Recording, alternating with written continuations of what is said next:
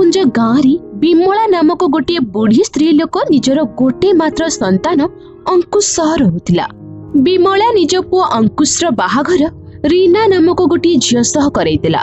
रीना बहुत पढ़ा लेखा झियो थिला आउ बेसरम धरणर मध्य झियो थिला। से अधिक पढ़ा लेखा चक्कर रे निजर संस्कार भूली जाइथिला। सासु घर को आसीबा परे रीना निज सासु विमलार बिल्कुल भी इज्जत करू नथिला। निजे तो से पूरा दिन आराम करूथिला आउ बिचारी निज बुढ़ी सासु द्वारा सारा दिन निजर सेवा करौथिला। घरर पूरा काम करौथिला आउ टिके भूल होई जिबारु खूब कड़ा कथा सुनौथिला।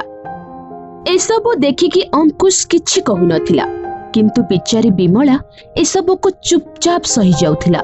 गोटे दिन रीनार नणंद प्रिया निज माँ विमला को देखा करबा को आसिला।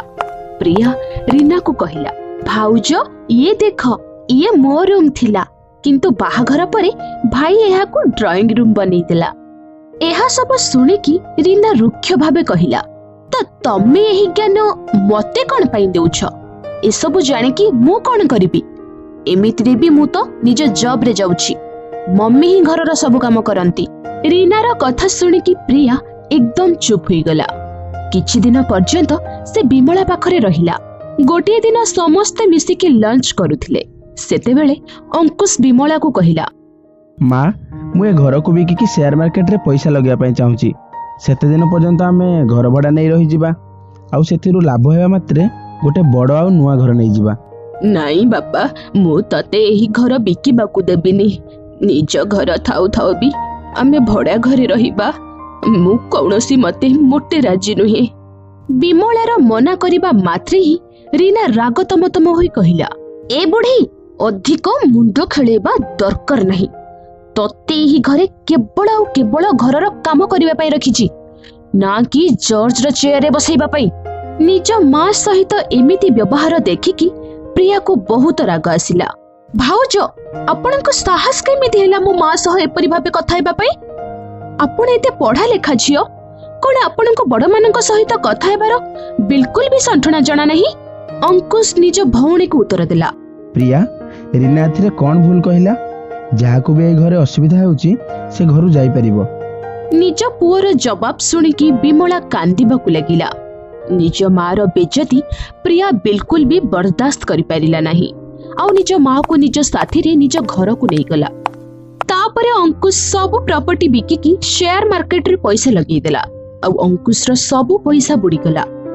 जेतेबेले अंकुश को एही विषय रे जणा पड़िला सेतेबेले से बहुत दुखी होई गला, कारण अंकुश आउ रीना पाखरे एबे रहिबा पई घर भी नथिला।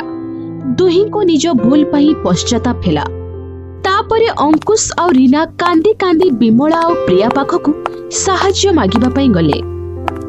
माँ मते क्षमा करि दे माँ, मु तो कथा न मानिकी मो जीवन सबुठारु बड़ भूल करि देइछि। आज मते तो साहाय्य निहाती दरकार माँ। जे पैसा घर बिकिकी मु शेयर मार्केट रे लगाइथिली से सब बुड़ी गला माँ।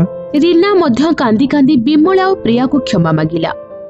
माँ प्रिया दीदी मते क्षमा करि दियंतु, मो द्वारा बहुत बड़ भूल हे जाइछि। आज मु बुझी पारिली कि बड़ मानकर आशीर्वाद बिना आमे केते भी किछि करिबा पई भाबिले किंतु ताहा केबे भी सफल हेई परिबनी।